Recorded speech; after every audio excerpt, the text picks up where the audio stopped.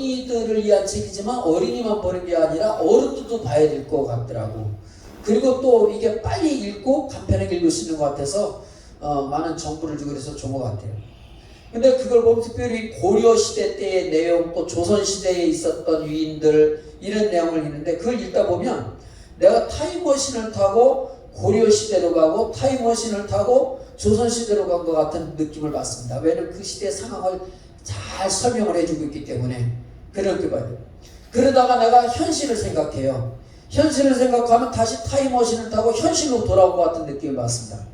왜냐면 당시에 서기 600 몇십 년에 아니면 1600 몇 년대 이런 때 내용들, 또 이순신 장군 있을 때가 1900 년대 후반이잖아요.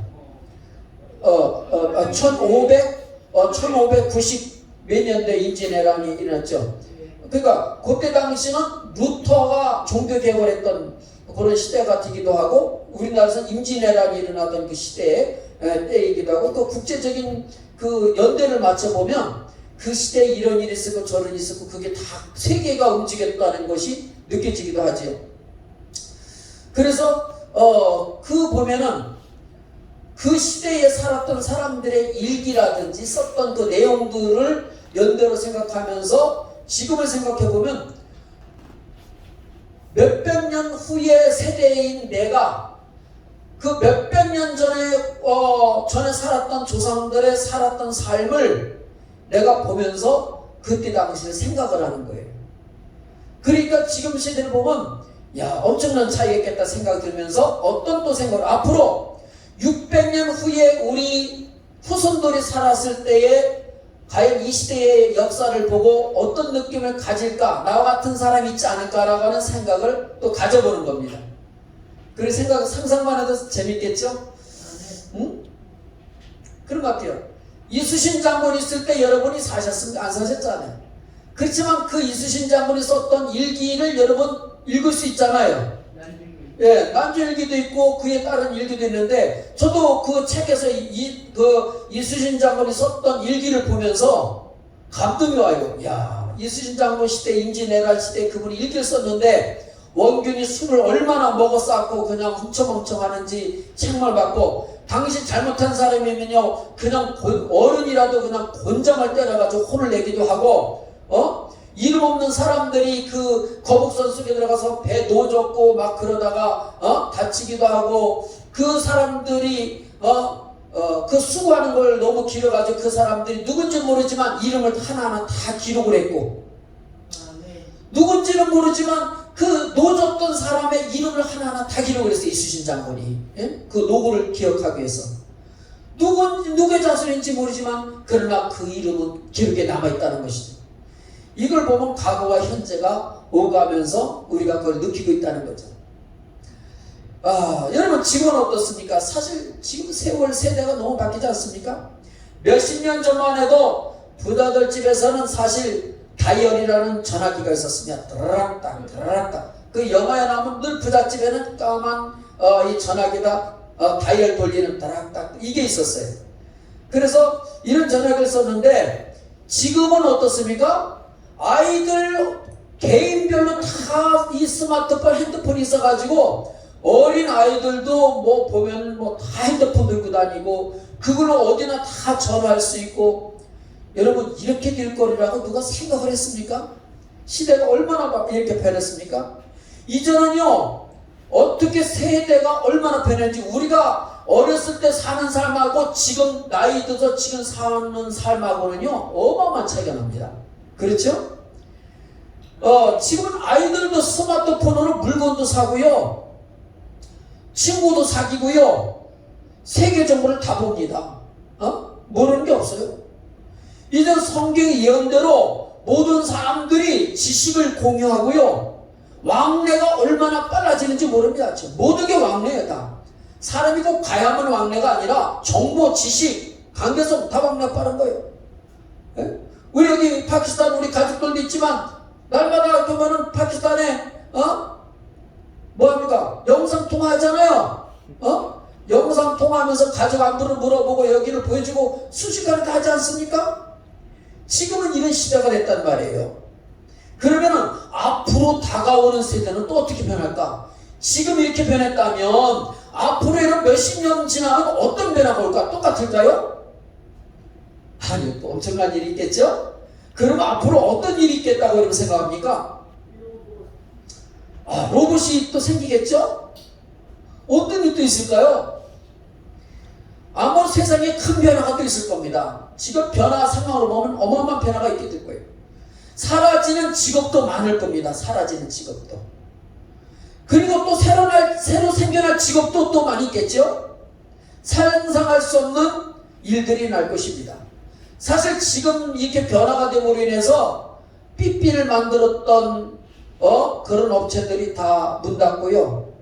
옛날에 컴퓨터 나오기 전에는 저희가 막 타자기 치고 그랬는데 타자기 다 없어졌죠? 네. 타자기 나온 다음에 워드 프로세서라고 하는 게 나오는데 그거 다 사라졌죠? 컴퓨터도 길쭉하고 이거 그런 거 큰 거 나오는데 모니터가 지금 납작해가지고 근데 지금 그거 다 바뀌어져서 없어졌죠? 카메라 얼마나 장사 잘 됐습니까? 귀한 거 아닙니까? 근데 지금 다 카메라를 다 갖고 다니잖아요? 스마트폰으로. 성능도 얼마나 좋은지 몰라요? 가지고 스마트폰 카메라가. 성능도 좋죠? 없어질 것들이 많이 있습니다. 앞으로도. 그래서 앞으로는 인조인간이 생겨날 것입니다. 인조인간. AI 인조인간 생각 어떤 판단하고 느끼는 감각 있는 걸 다 만든다니까요.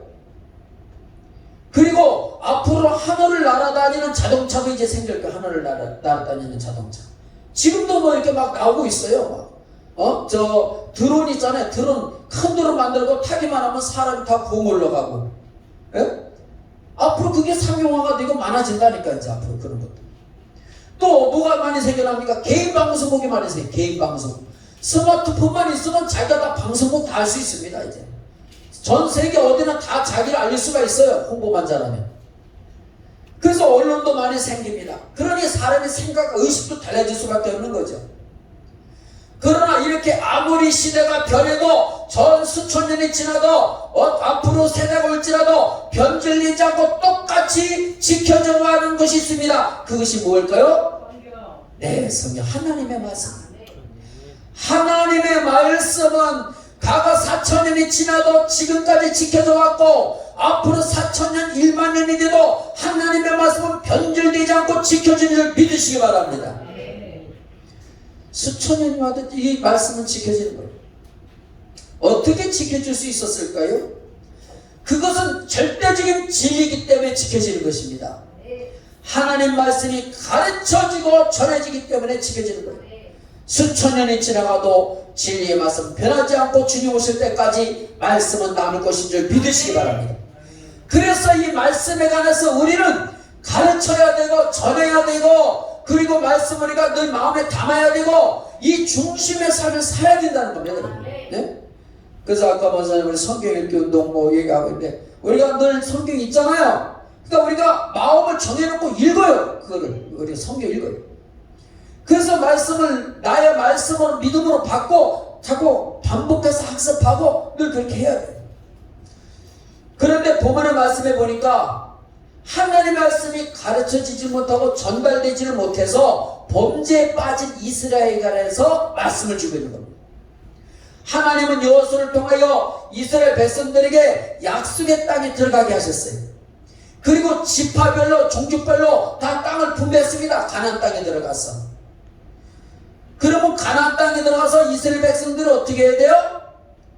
하나님 앞에 예배드리는 걸 먼저 하고 말씀을 전수하고 그러면서 같이 땅을 개간해 가야 되지 않겠습니까?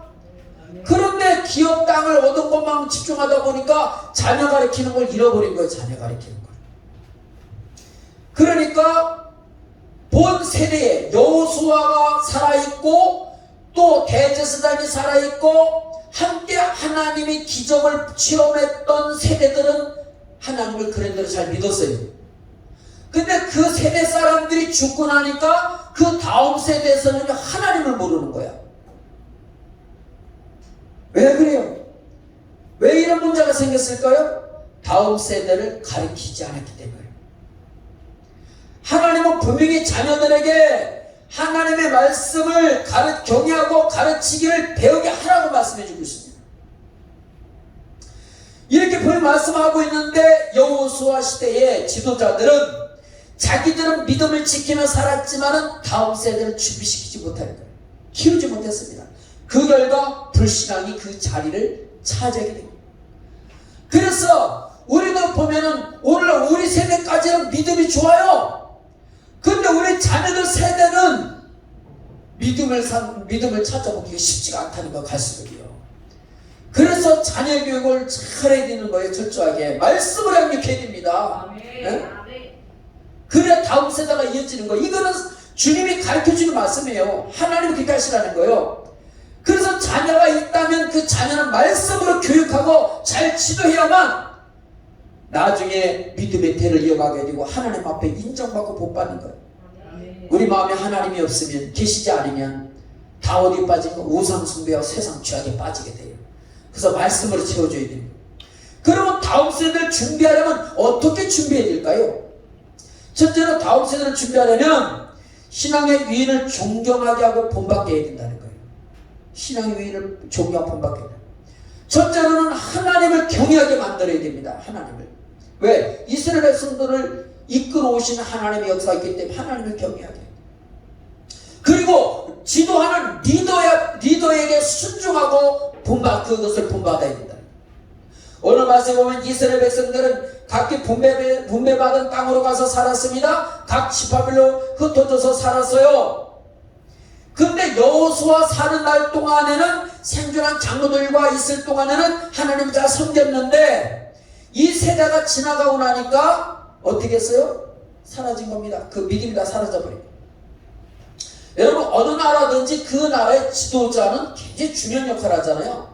네? 지도자 역할이 중요한 거예요. 미국을 세웠던 초대 대통령이 누구죠? 리디아 누굽니까? 리디아 누구예요? 미국을 세운 초대 대통령 워싱턴. 조지 워싱턴입니다. 미국의 초대 대통령. 알았죠? 네. 공부했네? 시험 보면 또 100점 맞겠네? 조지 워싱턴이요. 우리가 터키에 가면 터키의 초대 대통령이 누구냐면 케말이라는 분이 있습니다. 원래 터키가 무슬림 국가인데 무슬림 국가임에도 불구하고 세속주의의 그 국가를 만든 게 케말이에요. 그래서 터키는 국부입니다. 국부. 이슬람이지만 복장을 자유롭게 하고요. 이렇게 하는 거 이런 거 못하게 하고요.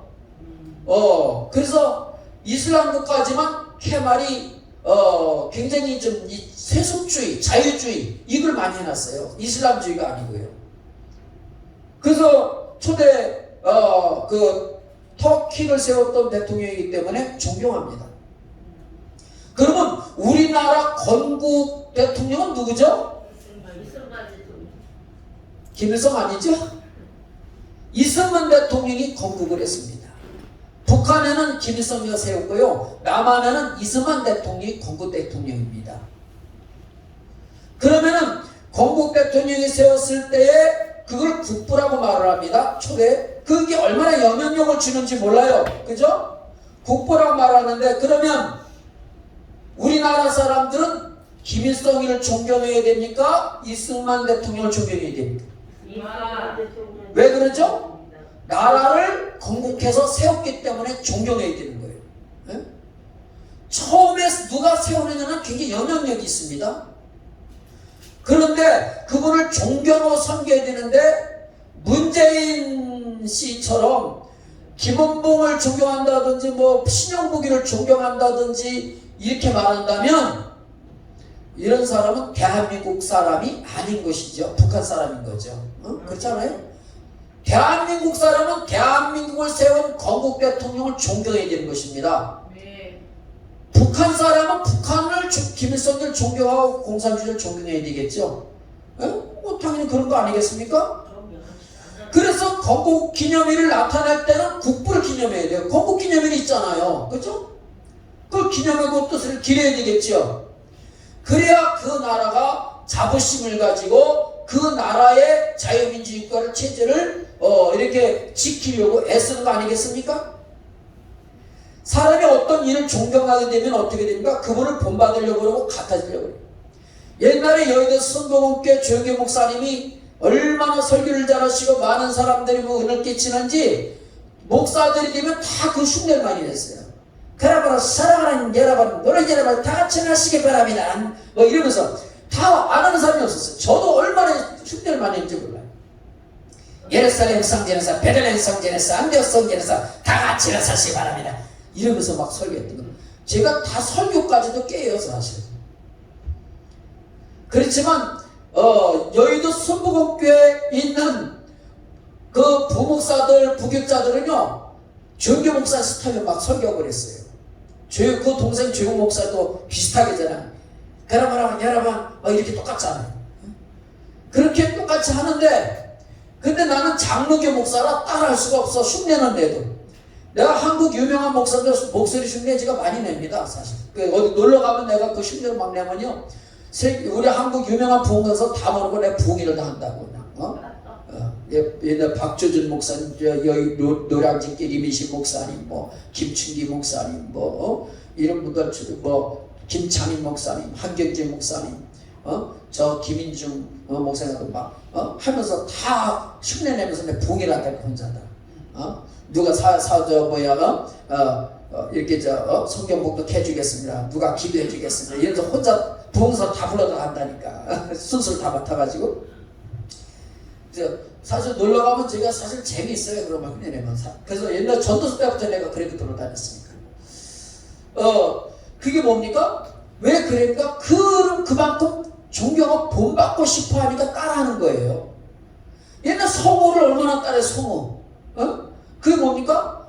좋으니까 따라하고 배우는 거예요. 그게 제자가 되는 겁니다. 그게. 스승을 존경하면 배워야 안 배워요? 배워요. 스승을 존경하면 스승을 배우는 겁니다. 배우고 따르는 거예요. 근데 본문에서 스승은 어떤 사람입니까? 오늘 스승 첫째적으로는 하나님 아버지의 모든 경영 모든 걸 배워야 되지만, 그러나 하나님 아버지의 인도함을 따라서 리드했던 지도자가 누구냐면 여호수아잖아요.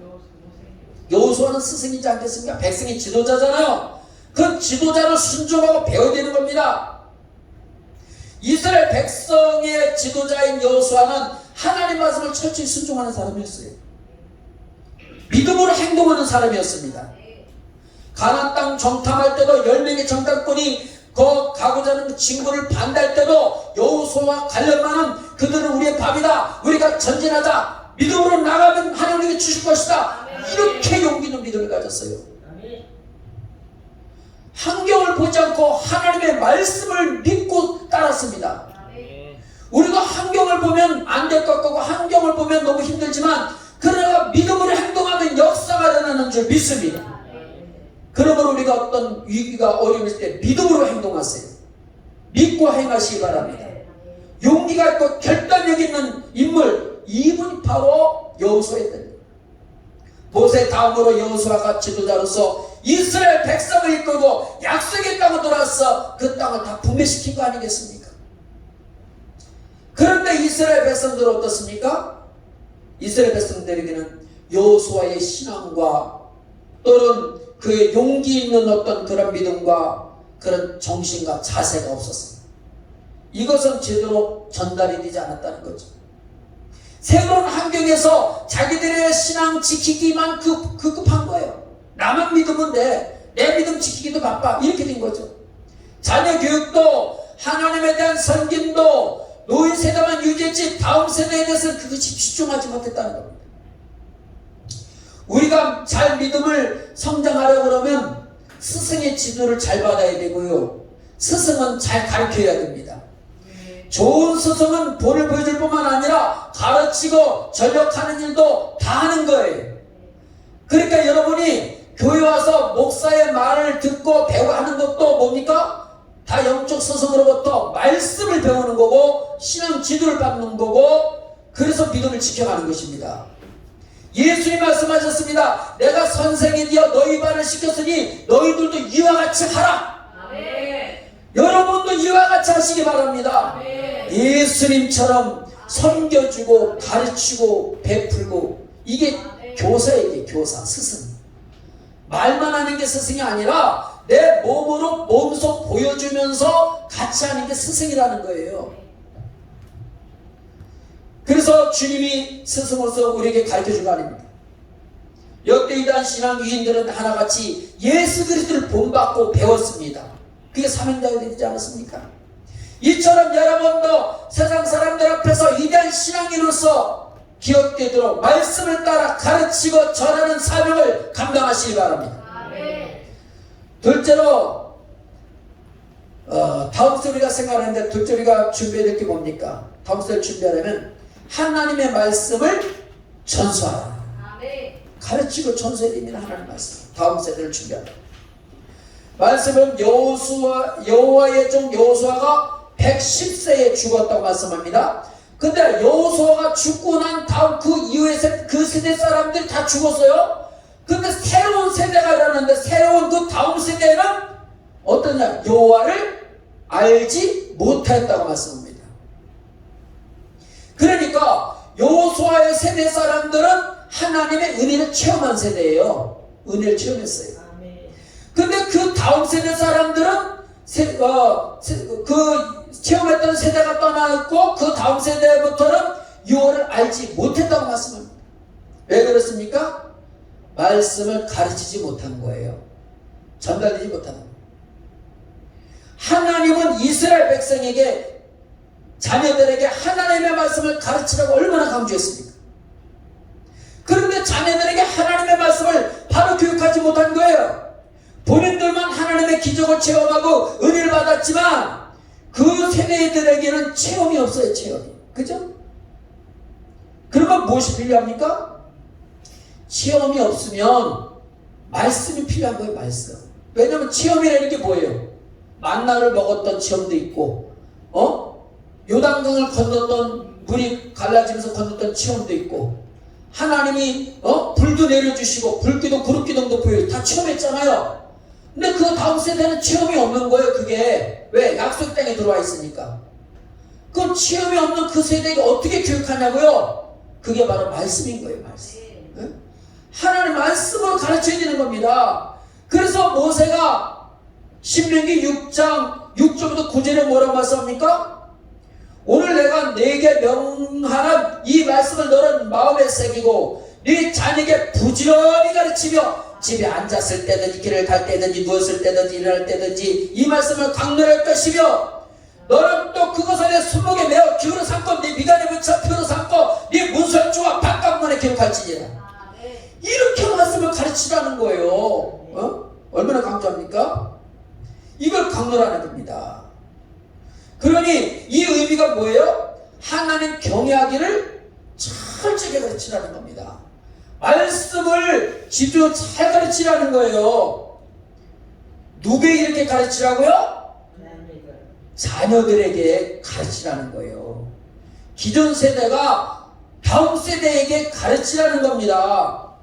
그런데 막상 이스라엘 백성들이 가나안 땅에 들어갔는데 그렇게 했어요? 안 된 겁니다. 여호수아 시대에 있었던 세대는 다 어떻게 했습니까? 자기들은 믿음을 지켜 살았지만 다음 세대는 믿음을 못 지켰어요. 그 말은 다음 세대는 신앙교육이 제대로 되지 않았다 이 말을 얘기해 주는 겁니다. 그러니까 여호수아 세대와 그 다음 세대는 다른 거예요. 어떻게 다르냐? 여호와를 알지 않아야 돼요. 알지 못하며 말씀하십니다.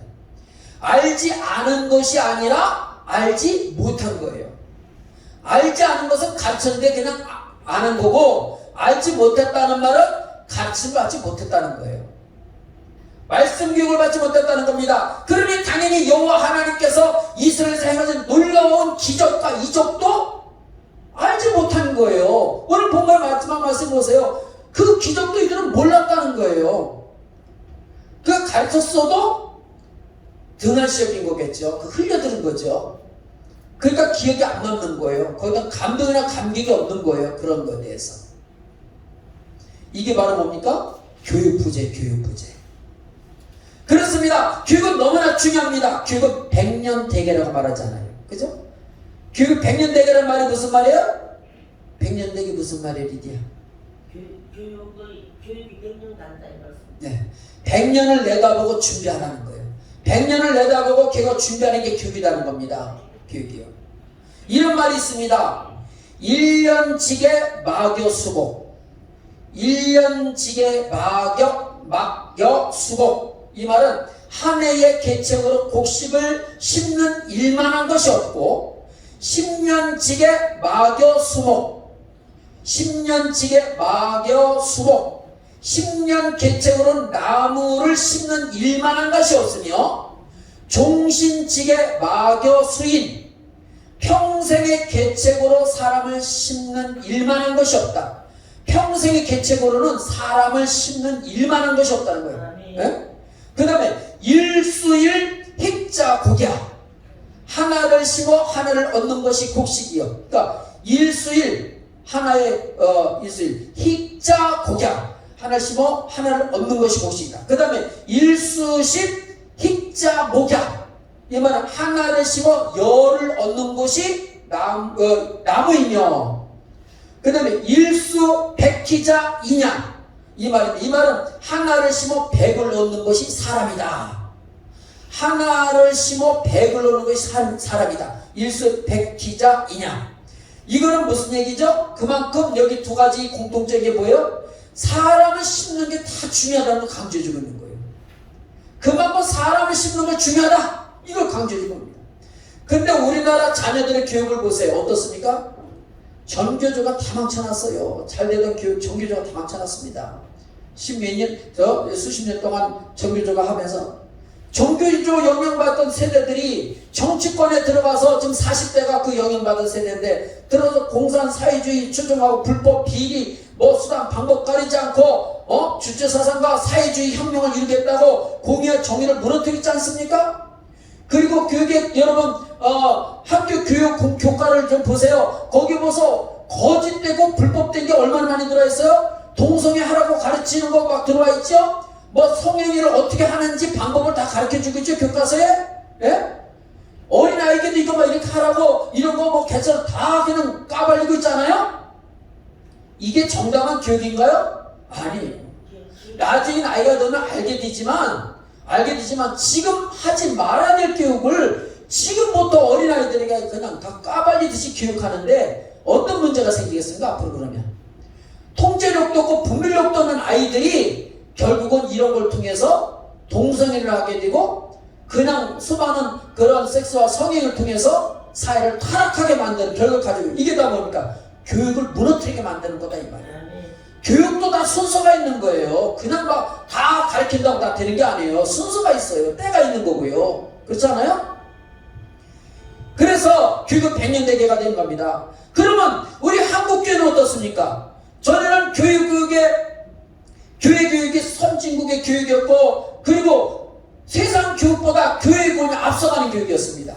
그래서 세상 사람들이 교회 가면요 앞서서 교육을 배웠고요 먼저 알았어요. 앞서가는 사람이 됐습니다. 그런데 오늘날 교회 교육이 세상을 따라가는 교육이 됐으니까 세상을 따라가는 교육이 뒤처지고요. 그나마 없는 주일학생도 세수교육에 빠져갖고요 신앙을 잃어버리고 말씀을 잃어버리고 그렇게 들어갑니다. 말씀 교육은 형식적인 것뿐이고 살아가는 삶은 다 세속적인 게 돼버리게 됐습니다. 그러니 어떻게 해야 되겠습니까? 이제 교회가 더 세상 앞서가는 교육으로 가르치고 전하는 우리가 전진해야 되지 않겠습니까? 그래서 하나님께서는 자녀들에게 앉았든지 서있든지 누웠든지 길을 갈 때든지 어떤 상황이든지 말씀을 가르치고 전하라고 얘기해 주는 거예요. 그렇게 하려면 어떻게 되겠습니까? 말씀은 전하는 것뿐 아니라 우리가 전 행동적으로 보여줘야 된다는 거예요. 아멘. 세상 살아가는데 그 모습을 그 행동부터도 가르쳐야 된다는 겁니다. 믿음을. 그래서 제가 스카우트 교육을 추천하는 이유가 바로 여기에 있는 거예요. 네? 왜 스카우트 그냥 놀러 다니는 게 아니에요. 이들이 인성을 가르치자는 거예요. 예절을 가르치고 인성을 가르치고 믿음을 가르치고 행동하는 믿음, 네? 자세를 갖추기 위해서 제가 스카우트 운동을 하는 겁니다. 그래서 하나님의 리더, 지도자를 키우는 거, 리더를. 그래야 가르칠 거 아닙니까? 리더를 키워야. 그리고 세상을 지도하고 리더할 수 있고요. 이처럼 말씀 잘 가르치고 양육하고 전수하는 스승이 되시길 바랍니다. 아멘. 셋째로 다음 세대들에게 이방의 우상 숭배를 따르지 않게 해야 된다는 겁니다. 여호수아 시대 사람들이 세상을 떠나서 세대가 바뀌었습니다. 그래서 새로운 세대는 하나님을 알지 못했습니다. 그러자 그 빈자리에 뭐가 들어왔어요? 우상 숭배가 들어오기 시작을 한 겁니다. 그래서 이 세대 다음 세대가 딱 들어섰을 때에 11절에 뭐라고 했을까? 이스라엘 자손이 여호와의 목전에서 악을 행하여 바알을 섬기며, 바로 나와요. 바로 하나님부터 세대가 바뀌니까 먼저 나타나는 게 뭐냐? 바알 신앙이 생겨난 거예요. 바알 신앙이. 그러니까 하나님을 섬겨야 될 자리에 우상이 들어와서 주인 노릇하고 있다 이 말입니다. 왜 이런 일이 일어나죠? 하나님의 말씀이 없으니까 우상이 차지하는 거예요. 오늘날 젊은 세대도 마음에 하나님 말씀이 없으면, 믿음이 없으면, 예수 그리스도가 없으면 다 세상 것들로 차버리는 거예요. 그래서 우상을 따르게 되는 거 아니겠습니까? 그래서 13절에 보면은 하나님을 잃어버린 새로운 세대 이스라엘 사람들은 바알과 아스도롯을 섬겼더라 이래 말씀하고 있지 않습니까? 이 바알과 아스도롯이 뭔가? 가나안 땅의 우상이에요. 그 땅의 우상인 거예요. 이 세상의 우상입니다. 이스라엘 백성들이 가나안 땅, 가나안 사람들 철저히 쫓아내야 될 이유가 어디 있었습니까? 바로 여기 있었던 거예요. 하나님이 왜 이들 쫓아내라고 했나요? 그들이 우상의 영향을 받을까 봐 쫓아낸 거예요. 그러나 이스라엘 백성들이 이방의 우상 숭배 풍습을 따르고 이방인처럼 살아가게 된다는 것입니다. 그 결과가 뭘까요? 15절에 보세요. 그 결과가 어떤 일이 일어나느냐 보면 15절 말씀해 보십시오. 그들이 어디를 가든지 여호와의 손이 그들에게 재앙을 내리시니, 그들을 가도 여호와께서 재앙을 내리신다는 거예요. 그러면 왜 말씀을 가르쳐 양육해야 되느냐? 그 이유가 뭡니까? 바로 그렇게 하지 않으면 하나님의 심판을 받는다는 거예요. 재앙을 받는 거예요. 망하는 거예요. 예? 결과적으로는요. 그래서 신앙교육을 잘 가르쳐 양육하는 것이 자녀가 잘 되는 길이고 후손이 복을 받는 길이고 하나님 복 받는 길이고 천국 가는 길인 걸 믿으시기 바랍니다. 그렇습니다. 하나님 앞에 자녀들이 잘 되는 길은 신앙교육을 잘 가르치고 전수하는 것입니다. 돈 물려주는 신앙이 그런 물려주는 그것이 아니라 신앙을 유산으로 잘 물려줘야 되는 거예요. 그래야 그게 복을 받는 겁니다. 복이 원천이지 않습니까? 믿음으로 자녀를 잘 키우면 하나님이 자손에게 복을 주는 거예요.